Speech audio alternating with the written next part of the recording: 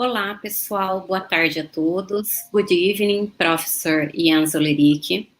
O grupo de estudos em tecnologias ambientais... Olá, pessoal. Boa tarde a todos. Good evening, Professor Oelerich. O grupo de estudos em tecnologias ambientais... Olá, pessoal. Boa tarde a todos. Good evening, Professor Oelerich.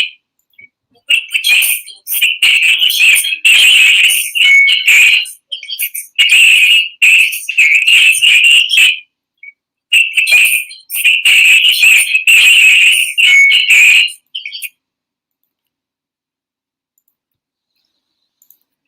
Desculpa, estava com o canal do YouTube aberto.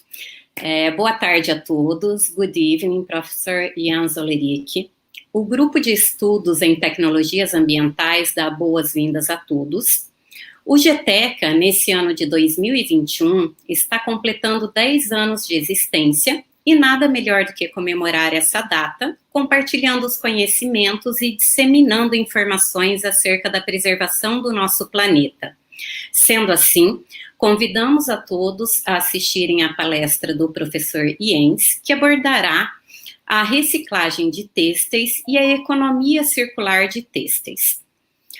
Professor e pesquisador Jens Oelerich é o professor associado da Universidade Saxion, na Holanda. Ele é graduado em Engenharia Química e em Química, mestre e doutor em Química Orgânica.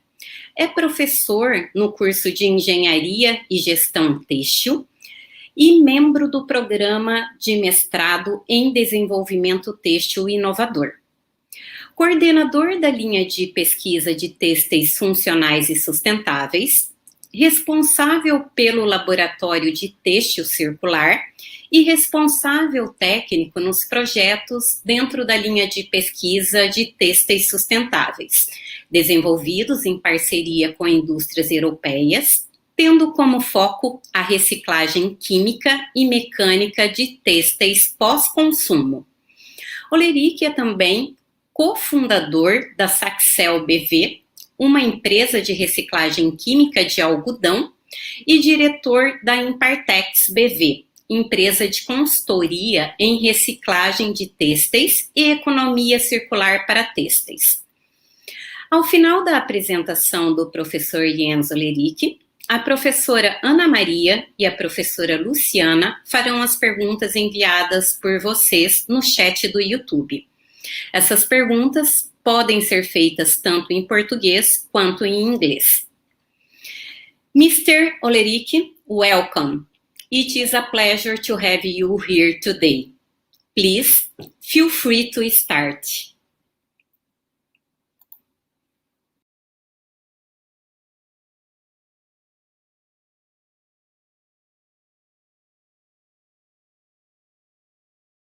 Professor, your sound is off. Okay. Oh yeah, I muted it because there was a bad sound in the beginning. Then again, good afternoon, good evening from the Netherlands. My name is Jens Oelerich, and today I would like to tell you something about our work in the closed-loop post-consumer textile recycling. I'm a professor for sustainable and functional textiles at the School of Creative Technology at Saxion University of Applied Sciences, and that's located in the Netherlands. Before I start with the content of my lecture, I want you to introduce Saxion to you. Saxion is a University of Applied Sciences, and in the Netherlands we distinguish two types of universities, the general universities and the universities of applied sciences. In universities of applied sciences, we don't look at fundamental research, but more on the research towards market implementation together with companies. In our university, we have 29,000 students, 60 different bachelor and master programs, and 40 research groups.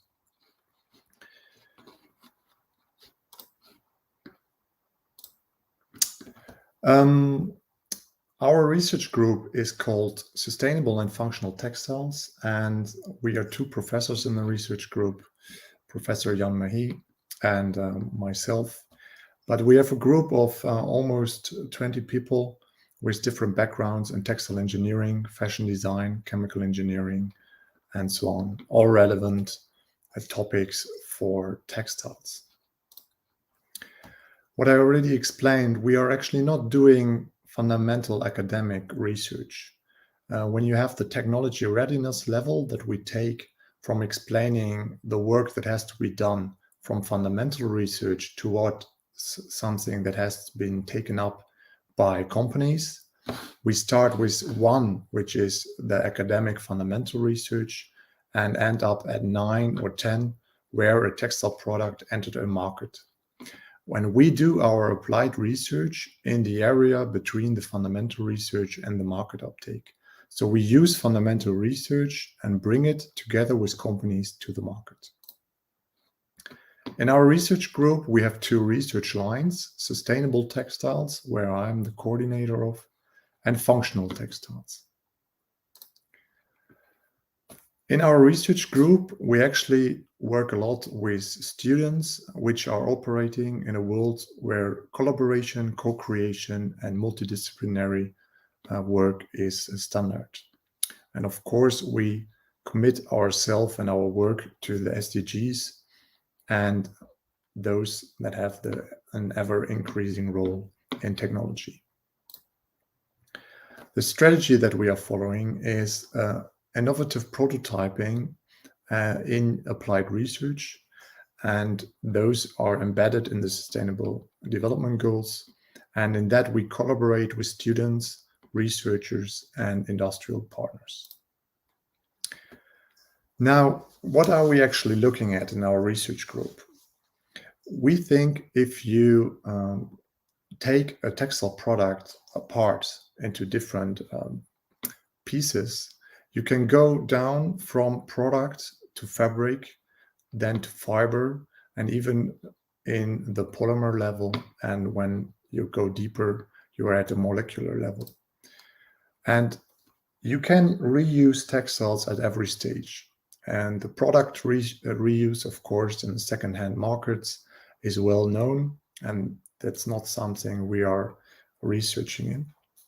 Then, of course, you can reuse fabrics to make new products, but we are focusing our research in the mechanical recycling.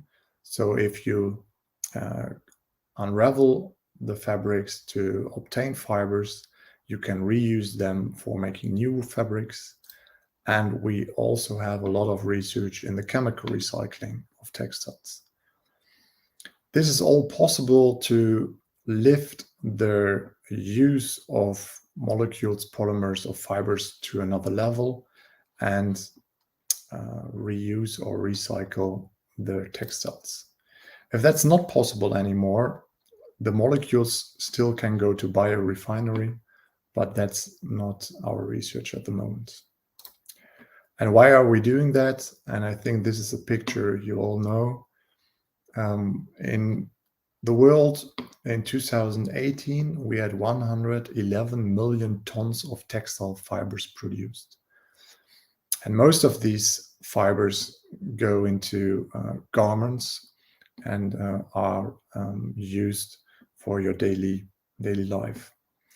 79 million tons of these are synthetic fibers, and only 32 million tons are natural fibers, from which 26 million tons were cotton fibers. And this picture from the Ellen MacArthur Foundation clearly shows that only a minor amount of these textiles are actually in a closed loop system. 73% of the textiles are still landfilled or incinerated, and a minor amount is recycled into an open loop system, which means that these textiles do not enter the textile market anymore, but they are used for other applications like isolation or something like that. And less than 1% is actually going back into textiles, which we call a closed loop recycling system. In the Netherlands, there the textile industry is actually quite decreased, and in the recent decades, we only have a few companies left. The Netherlands are also not that big country. Of course, we're working together with other European countries in that. However, in the Netherlands, we actually have a lot of focus on workwear. So our research approach, when you look at the steps we are following when we look into a systemic approach into recycling, we should always start at the design. The design stage is actually the most important stage for recycling. In that stage, you can determine a lot of things that make future recycling possible or even impossible. So together with a workwear company, I explained to you that we actually work together with companies in our research very closely. We looked at the design of their workwear, and we identified parts of such a workwear cloth which are heavily used during wearing. And so if you adjust the design of these clothes, you make recycling much more easy. Because before we started the design for recycling, all of these parts were of different materials. They were not removable, and they were used easily and also damaged easily. So the clothes had to be renewed a lot of times. After the design for recycling, we added patches that it can be removed easily. Also, the security strips that make the workers visible can be removed easily. So we worked on different parts, and after that, the recycling was much easier. Why is that necessary? For textiles, we actually have only two recycling options, and only for 100% polyester, there might be a third option where we are not doing any research in, but which could be the remelting of polyester textiles. In our research, however, we are focusing on the mechanical recycling, which we call then the tearing of textiles and the reuse of the fibers from the textiles. And we are looking into the chemical recycling, where you actually use the polymers of the material rather than the fibers themselves. What are general challenges in recycling? Of course, we are dealing with an heterogeneous feedstock. And we have seen in our research that the most problematic impurities in textiles are elastomers, and when you want to go back to white fibers in recycling, of course, the intensive dark colored textiles. The technology needs to be upscaled for recycling, and I don't know if you follow that. In Europe, at least, we have a lot of companies, mostly startup companies, that do a lot of research in textile recycling.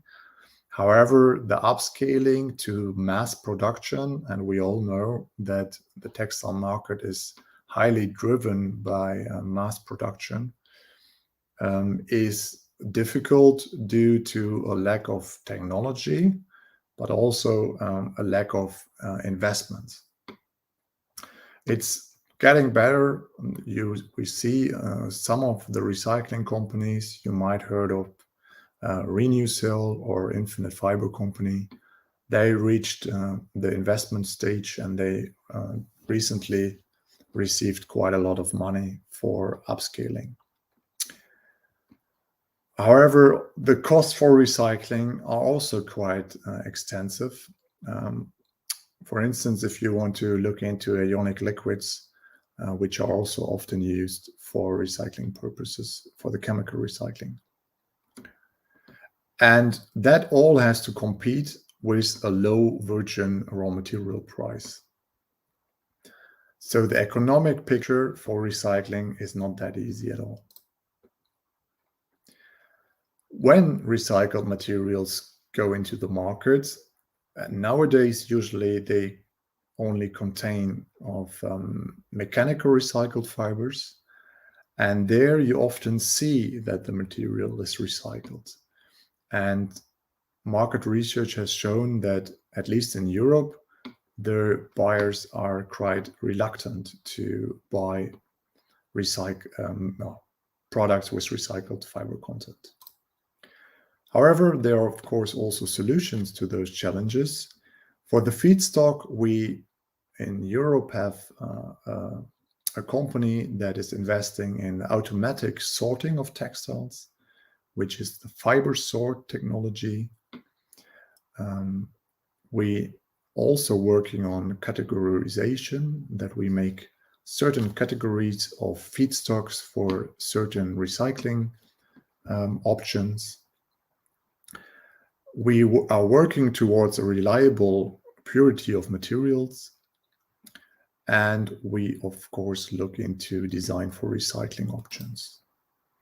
In the technology part, there's a lot of R&D going on, feasibility studies are done, and we see that partners in the value chain are collaborating and they are working together to close chains. And there's a lot of movement, at least in Europe, towards circular textiles.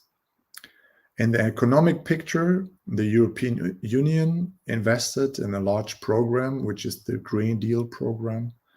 And there are a lot of funds available that can lift the uptake of recycled materials into the market. And also a lot of countries in Europe are putting regulations like the extended producer responsibility schemes into the picture. The Netherlands are going to have such an extensive producer responsibility, and France already has it installed. And maybe it will also be on a European level soon. And the consumer is getting more and more aware of the issues in the market. And as the transparency is increasing towards the consumer with product passports and traces that are used, we are getting an increasing awareness at the consumer side. When we look into the recycling, what are actually the differences between the two recycling options? And I think you have seen that before. With the mechanical recycling, you are tearing apart the fabrics into fibers. And with that mechanical action, you are restoring the appearance and properties of the material. And if you use cotton, you still have a cotton feel of the fibers. However, you get a reduced fiber length, and of course, the color of your material remains. When we look into the chemical recycling, we can decolorize the fibers, and because we are making filaments in that recycling technology, we can make staple fibers at any length that we want by cutting the filaments at a certain length. There are different recycling technologies available. The recycling technology that I will introduce to you later, developed at Saxion, is using the lyocell technology. Those fibers are mechanically strong. They are high-end and fibers for a high-end market. However, they also come with higher costs due to the lyocell process. You know, viscose fibers, those can also be produced by chemical recycled pulp. Renewcell is a company looking into that. It's a very flexible process. You can make a lot of different types of fibers. However, those are mechanically weaker, but they come with a lower cost because that's the industrial standard at the moment at the mass market. The Infinite Fiber company is using the carbamate fiber process, That's actually quite unique. There are not a lot of carbon wood fibers out there for textile applications anymore. However, for recycling, that's a good process. But making the fibers that you get weaker, and because it's a rare technology, you have to see what the applications can be. And there are a lot of initiatives using ionic liquids for chemical recycling, making very strong fibers. However, those come with a high cost, actually with a very high cost, because these ionic liquids are not available on large scale, and recycling of the ionic liquids is still an issue. At our research, what I already told you, we are looking a lot into workwear, and there you'll usually find cotton polyester blends, and multi-fiber blends. For the multi-fiber blends, we don't have any solution yet. However, for the cotton and cotton polyester blends, we are looking for recycling options. In one of our projects, we actually built a group of companies together, a consortium of a group of companies in the closed loop workwear recycling, where we have one company that can separate polyester monomers and oligomers from polycotton to leave over the cellulose for a second stream. So you can separate both streams, and those can be recycled in their own recycling streams. That project is called Breakthrough in Polycotton Recycling, and those company names will not tell you a lot.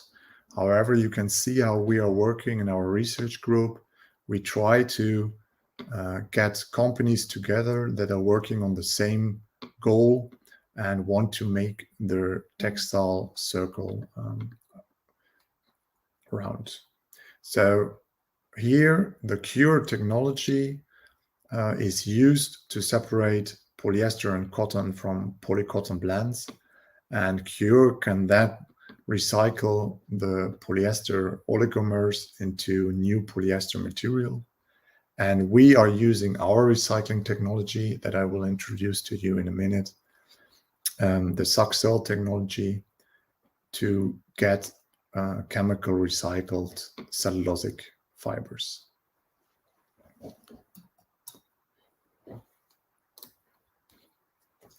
How does the chemical recycling of cotton work in our research projects? We actually identified a 10-step process that starts with waste collection and sorting. Then we have the unraveling and or milling, the removal of polyester and other impurities, the discoloration of the material.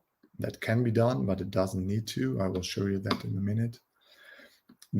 We need to adjust the degree of polymerization, and then we can spin regenerated cellulose fibers and enter the normal textile industry. You can see a few pictures that we have taken during our research: the unraveled material, the chemistry that needs to happen, the spinning of regenerated cellulose fibers, and then you have the normal processing of fibers in a spinning company and a weaving company. And then we actually produced chemical recycled cotton fibers into garments. Which is the unique step of the whole chemical recycling process is actually these three: the removal of impurities, discoloration, and the adjustment of the cellulose properties. In research with the company HAFAB, we produced 100% chemically recycled fibers into yarns and fabric used for other workwear applications. So these trousers are produced from 100% chemically recycled waste textiles. The nice thing about chemical recycling is that you can also let the dye stuff inside the material. There are many researchers that have shown that with ionic liquids, you can transfer waste textiles into new regenerated cellulose fibers, leaving the dye stuff inside. At Saxion, we also did that in our cotton workwear cycle. We had these blue overalls, and you see they all have different shade of blue. We removed the parts that cannot be recycled. Then we made blue Saxil pulp, cellulose pulp out of it. And we actually were able to produce blue fibers, having the blue dye stuff of the waste in the fibers. And from that, you can produce a new piece of workwear. We did that together with many companies. Those are all located in our area. I told you that we are focusing on both recycling technologies, so we're also trying to combine the best of both recycling worlds. In the Netherlands, we have a denim brand, Mud Jeans, and they already produce their denims with up to 40% mechanically recycled cotton from post-consumer waste. They are collecting their own jeans and are recycling them into new jeans with 40% of the recycled fibers in there. However, they wanted to produce a denim which has 100% post-consumer recycled fibers and still having the properties of a denim, of course. So you could go for only chemical recycling, and I've shown you the workwear trousers. But to be honest, chemical recycled fibers like the Saxil fibers using the lyocell technology have the properties of lyocell and the properties of regenerated cellulose fibers and not the properties of cotton anymore. For denim, it's really important that you have the properties of traditional denim, and that's why we combine both technologies and produce unique yarns with 100% post-consumer recycled fibers and then process them into new denim. You can see a few prototypes that we can produce in our laboratories. And so we take those ideas from companies towards the market, and Mud Jeans now wants to use this technology to bring those denim with 100% post-consumer recycled material into the market. We do this in our circular textile lab, which has been opened only a few months ago. I would invite you all to visit the Netherlands and our laboratory. So if you are once in Europe, come by and we can give you a tour through our laboratories. You see that there are already a lot of companies involved, and those are actually using the laboratory to improve their recycling technologies and their products towards a circular supply chain. That's all possible because in our region, and I'm only talking about a circle of 100 to 150 kilometers around Enschede, where Saxion is located, we have a lot of companies that want to work together in a circular chain.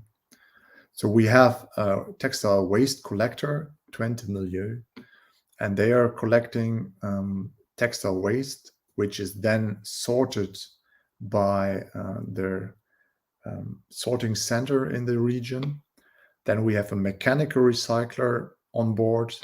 We have Saxil as a chemical recycler, and we have a small production facility to make small production of garments. And so we can close the loop in only a small radius around our city.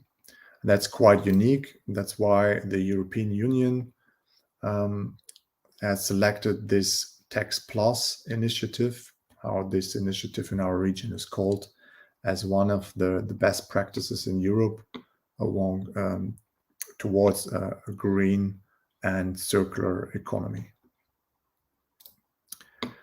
If you are interested in our research and you want to follow us, please visit saxion.edu/sft or look at LinkedIn for our research group or myself. Okay, thank you all. And that was my presentation.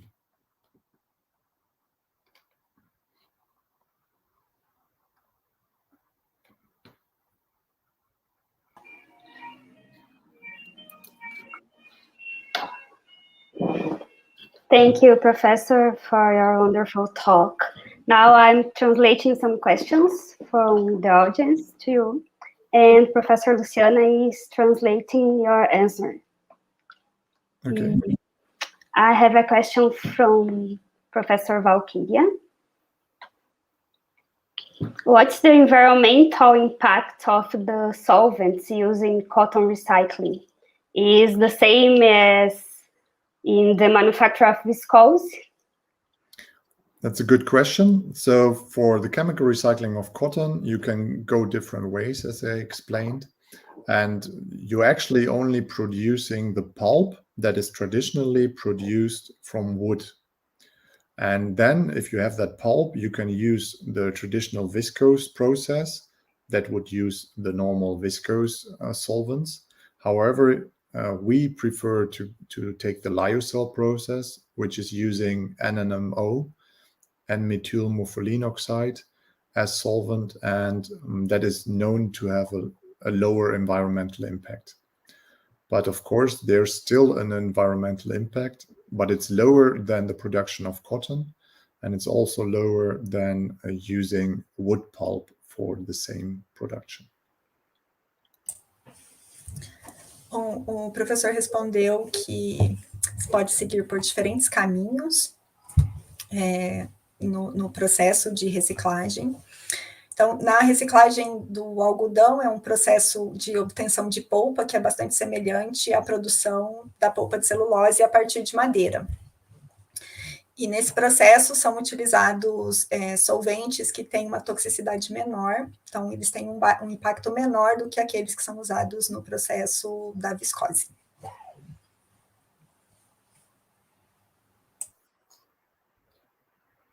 Thank you. The next question is from our research group. Is the Saxion company a partner or a part of the university? Thank you for the question. So we started it as research in our university, and then when there was a commercial interest that this technology can go to the market, and there was a spin-off company established, and that's now taking the technology towards a higher scale. They are upscaling it and bringing it to the market, hopefully. So it started at the university, but now it's an independent company. O processo começou na universidade, então era um projeto de pesquisa dentro da universidade, e à medida que foram surgindo parcerias comerciais e o interesse comercial, houve uma ampliação de escala, e então se passou para uma companhia independente que está fora da universidade.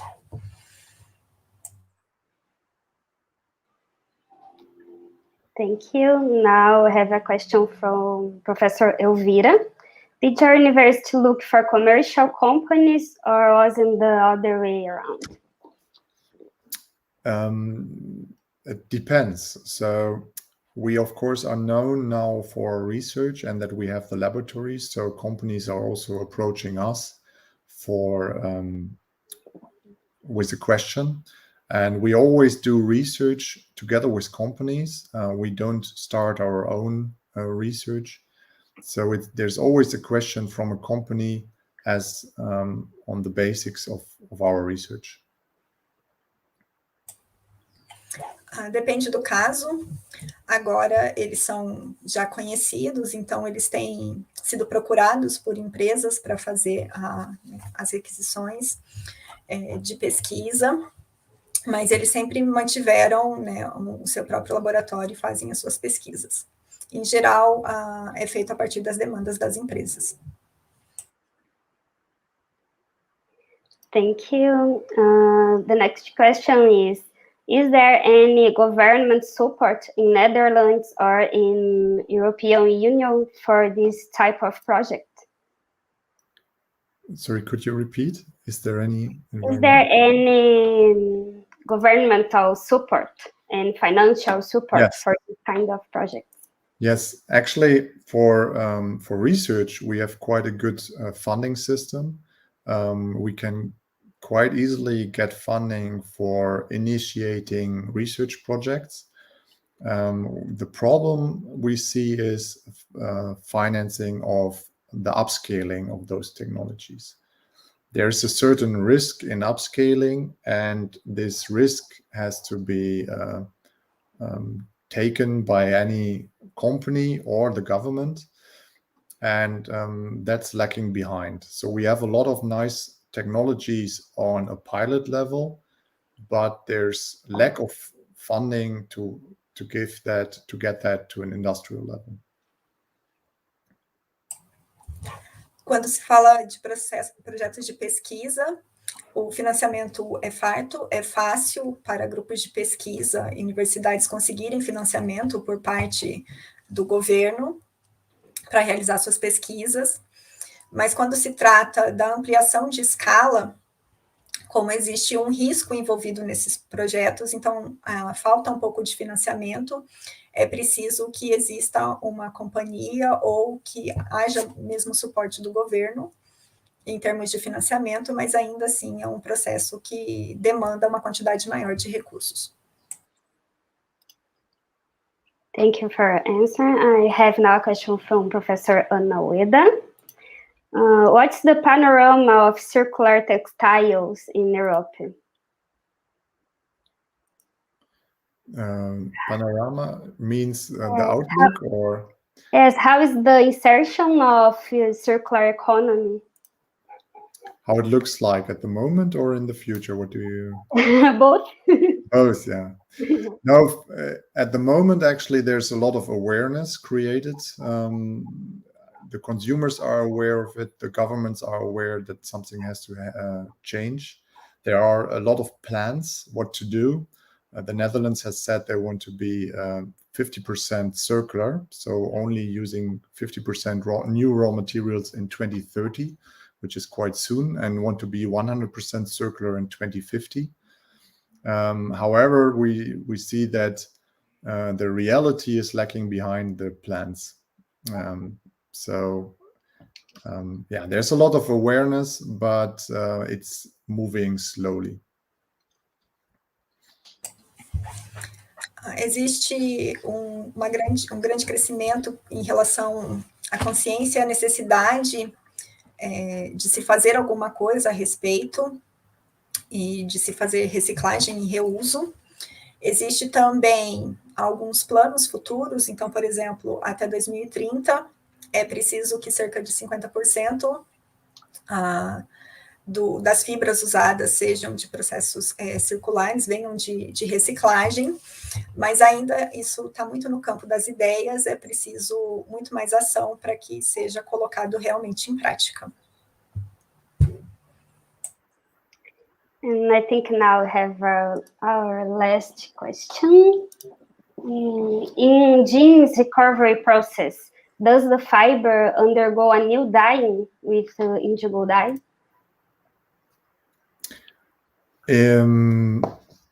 If I understood you correctly, the fibers in the recycling process are still dyed when we use the mechanical recycled fibers. There, the indigo is still in there, and then we can mix that with chemical recycled fibers that are white, where we have taken the dye stuff out, or we can leave the dye stuff inside and take the dye stuff to the chemical recycled fibers as well.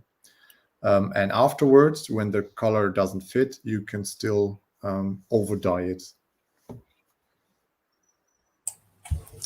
No processo de reciclagem do jeans, podem ser usados os fios vindos de polpa que ainda são tingidas, ou de fios produzidos a partir da retirada do corante, então são fios brancos. Nesse caso, o tingimento pode ser refeito. Thank you. Well, we have 2 more questions. How many students take part of the research group? That's a good question. Thank you. We have, I think, each semester 20 students doing internships or their final thesis with us. We don't have PhD students. We don't have the right to have PhDs because we are not a full university with fundamental research. However, we have a lot of master and bachelor students doing their internships or final thesis, like 40 students a year.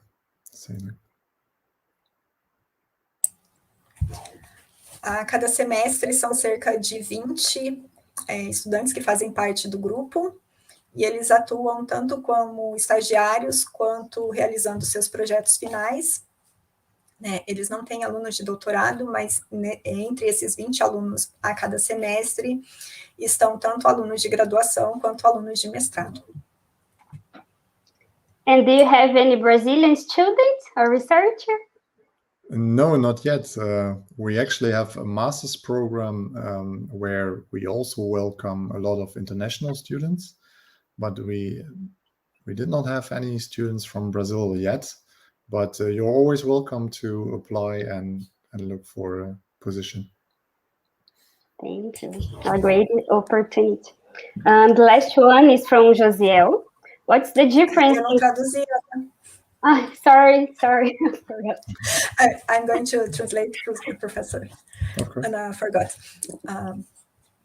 Ainda não existem alunos brasileiros no programa, mas ele diz que todos são bem-vindos para fazer as suas aplicações e tentar uma vaga no programa. Eles têm um programa de mestrado. Existem já alunos de outras partes do mundo, mas no momento ainda não temos brasileiros.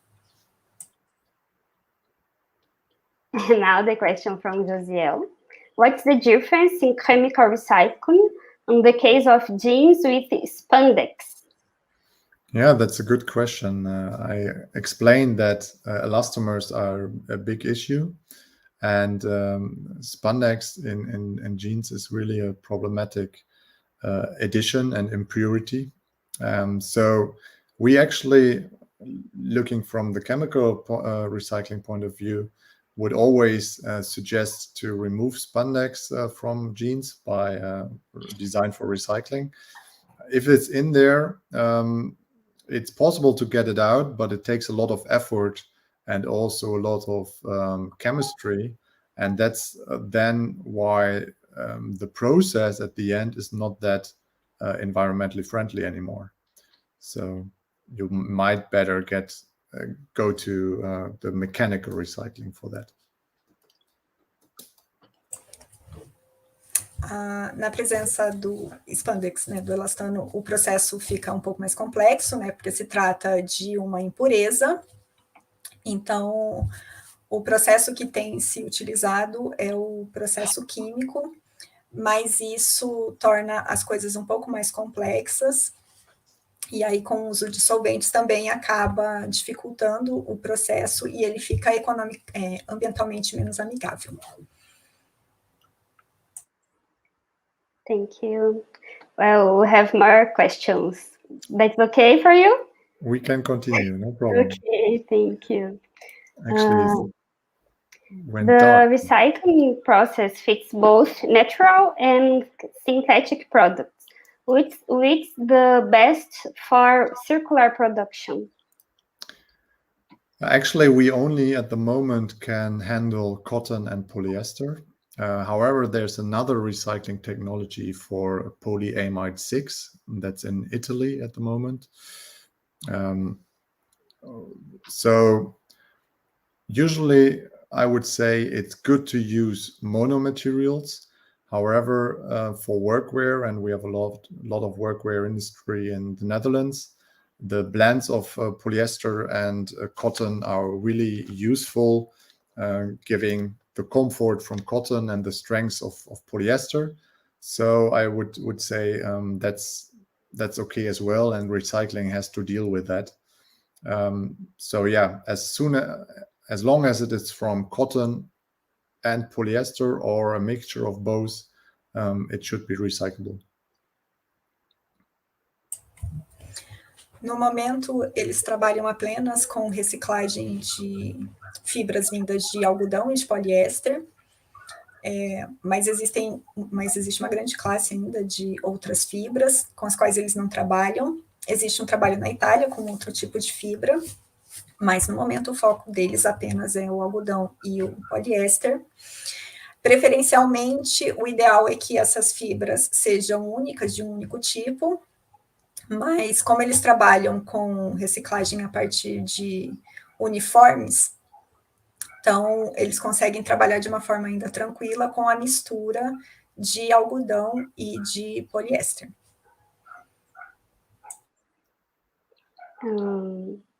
Another question from Ricardo. What complicates the separation of other fiber blends? I don't know what exactly is meant with other fiber blends, but if the recycling technology we developed are fit for cotton and polyester, and if there are other fibers in there, they have to be separated. And since in textiles, it's often an intimate blend, so the fibers are blended in the yarn, cannot be physically separated. They have to be chemically separated, and if it's not cotton or polyester, it's seen in our recycling technology as waste. So you're getting a waste from the recycling as well, and additional separation steps.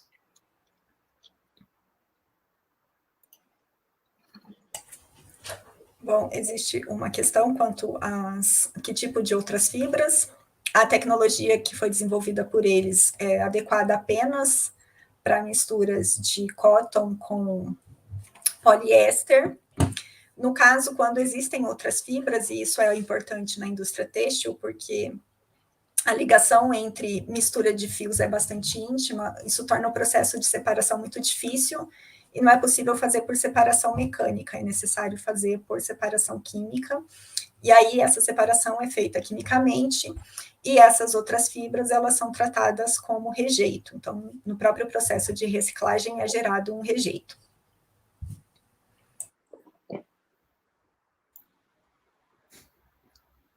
Thanks so much for the wonderful talk, professor. O grupo GTECA agradece a presença de todos vocês e deseja um excelente final de dia para vocês e um excelente final de semana. Okay, thank you all.